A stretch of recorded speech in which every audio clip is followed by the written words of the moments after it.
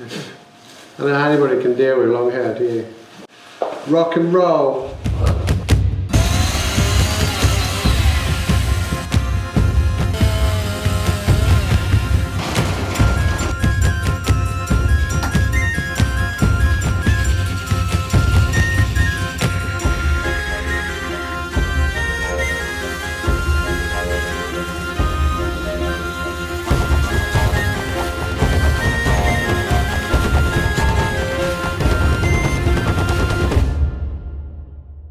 You know, why did I even end up wood turning in the first place after my apprenticeship? So I was a forester, and I'd done a little bit of wood turning on the side with some evening classes, but then I broke my back, so it was time to put the chainsaw down full time anyway, and get into the wood turning world.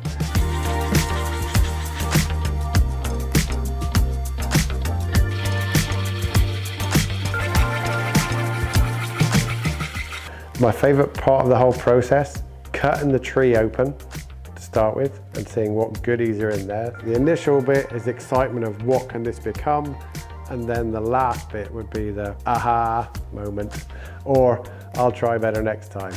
You know?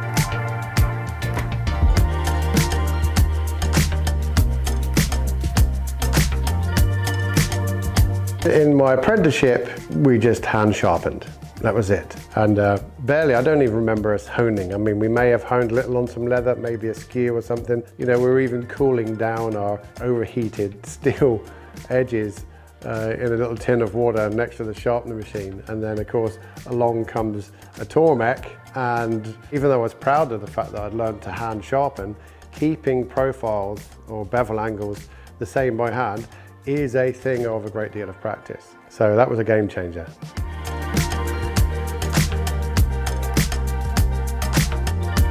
There may be a saying, a sharp tool is safer than a blunt tool. I think that's probably very true because it's going to behave in the manner it's designed for. You know, if you think about pushing a blunt chisel through a piece of wood, you know, things can go wrong, whereas a sharp tool does deliciously what you ask of it.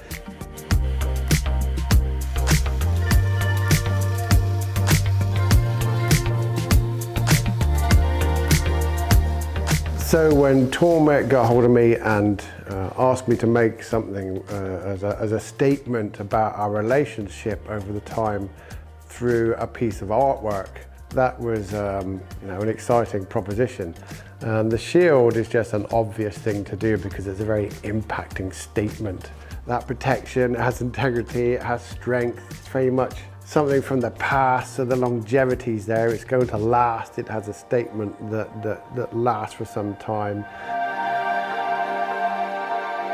I came over to the USA to open this beautiful wood turning school with small groups, so you get a much better hands-on teaching experience with your instructor than you do in some of the larger classes. The wider variety of what I teach is more up the artistic route, from surface enhancement to vessels to wall art, which I'm known for. But of course, I still enjoy traveling around and get invited to teach at other renowned schools and colleges around the country. One of the most unique things about Nick Agar is his ability to teach a non-artist how to do something absolutely beautiful. Things that a normal person would ever dream they could do.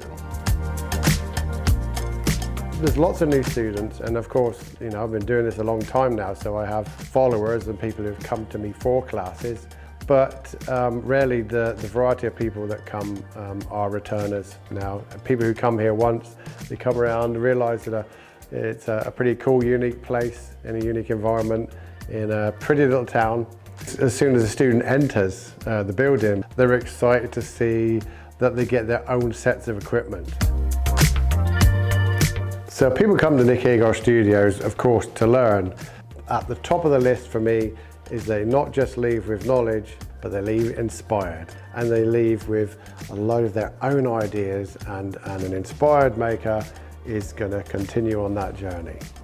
So I hope I'm remembered and respected for the more artistic approach I took to woodworking, being original, having integrity, and good teaching skills. His turning techniques are phenomenal. He shows someone who's not that experienced how to be creative, how to make something from a basic piece of wood. But the journey is never ending, as per the last video I did with Tormek. You know, I think I sat down there in my British studio by the river with a cup of tea, and I remember saying, oh, the journey's never ending rarely, or something along those lines, saying we'll never have time to be bored, and that's still absolutely true. Sorry if that was long-winded, but that's an important angle to have on, and you can include this bit in the outtakes, because we meant that, didn't we?